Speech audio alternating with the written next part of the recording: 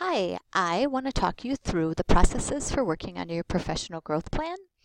Your professional growth plan is a way for you to get your raise annually. I want to encourage everybody to first of all go to this place on the district website under For Staff Professional Growth Plan, and you will find our template, samples, sample evidence statements, and below you'll find the Danielson evaluation instrument that you should be using and district pages that you need to open up and read for yourself. It's very, very important that you do so that you understand the ins and outs of this. Okay, so you'll go to the website, you'll get your PGP template from here, and let me talk to you about where you're going to go next. So your professional growth plan. So the whole point of this is to focus on growth, okay? So what do you want to work on, and what is your most recent evaluation said you should work on? So take a look at your last evaluation and look at the components that maybe you would like to grow in. And then you're going to choose 3 of them that fit the areas you'd like to improve. Also think about what you want to work on as a project that year. And we all do this as teachers. Is this going to be the year that you conquer Cafe Daily 5? Or you learn about your new math curriculum and how to use all online aspects of it well? So what would you normally be working on? And what do you want to work on? That'll give you a step in the right direction as well. When you go back to look at that old evaluation, this is an example 1A, your supervisor is going to have checked off boxes that they see evidence for. So if I were flipping through, I might look at this component and I might see that I really would like to move these X's down here in level 2. I'd like to fill in my level 3s. So that is what my goal would be then. I would like to provide evidence for all of these level 3s to really solidly demonstrate that in this component, that's where I'm at. Which means I go on to my template. And in my template, here's one of my components. And over here in the black print, I typed in where I'm at now. In blue, I typed in where the level 3s are, the ones that I want to attain. I did that for this one. This is where I am now. These are the level 3s that I want to attain. Here's my third component, where I am now, and these are the things that I would like to attain. Another piece of this is a collaboration plan. So you will collaborate somehow with this, whether it's sharing it, working on it collaboratively, or even leading a teacher in service with it to share what you've learned about. After you've completed this piece and the next pieces in which you make your PGP statement, your educator effectiveness coach will check it over, and then your supervisor will check it over. And at the end of the year, same deal. Did you do the stuff you said you would? Your supervisor will sign off, and that part is that. So you find out where you are, what level you're at, and you find out what level you're going to, and then you're going to craft your statement, okay? And this is exactly the same language as the PPG, so this really is a bumped up PPG. You could put this language, you could actually copy and paste this right in your PPG for this year, provided that your SLO matches, the same topic. So this is what I'm going to do.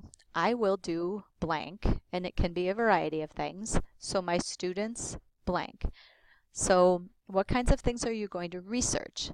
In this case, I'm researching online math materials, games-based online materials. This is my sample.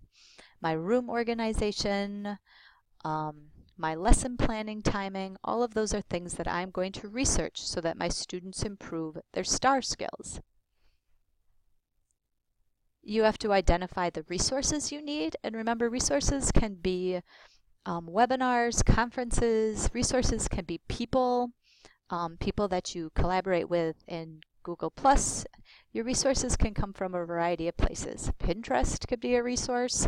So what resources do you need?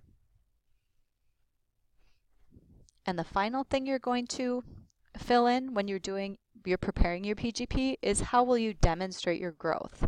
So this is where you can tie it to that SLO statement. Pre and post tests, I said I've got photos. I'll keep a professional development log to document what it is I'm doing, all of which is going to grow your practice. So at the end of the year, you're going to do all those things that you said you were going to do. You're going to make evidence of artifact statements that very clearly connect it to the critical attributes. Remember those checkoff things that I was showing you? And you're going to have artifacts. So they'll demonstrate that you have all the pieces at a level 3, for example, of component 1, all the pieces of a level 3 for component 2, all the pieces of a level 3 for component 3. That's what I was working on in those 3 components. And that's what you will work on too. So right now, before October 30th, you need to make your PGP plan. Shelley or Jen will check it off, and your supervisor will check it off. During the year, you're going to do what you said you'd do. So research the stuff you said you would and collect artifacts. Make sure I keep that professional development log like I said I was going to, and the pictures that I said I was going to of how my room changed. So don't forget your artifacts have to represent each of the critical attributes you're trying to achieve. Remember how I was trying to reach all those level 3s? I have to make sure that it specifically mentions each of those critical attributes. Supervisors need that in order to be able to check off that you've done it. So before May 30th, you're going to share your PGP with Shelley and Jen, and then your administrator, and your administrator will have the final say in whether it passes. Those artifacts and evidence can go straight into your Teachgate portfolio. Remember, you have to do that every 3 years, unless you're in your summary year right now, which some of you are just by being new to the district. So some frequently asked questions. In the old plan, somebody could actually go backward on the pay scale, and that is no longer the case. People were wondering if you could top out of the salary schedule, and technically you can't. I think that would apply to very few people, if anybody right now, but technically you can't. And teachers in their evaluation year must complete it, but not teachers new to teaching. Make sure that you read the district paperwork carefully and read emails and attend the first mandatory meeting. That hasn't been announced just yet, but do make sure that you go.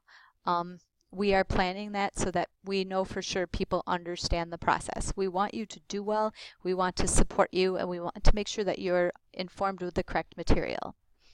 So with that, again, you're starting by going to that PGP website, grabbing the template, printing off your Danielson or looking at your Danielson rubric online, and finding your own evaluation to pick those 3 components that you would like to grow this year.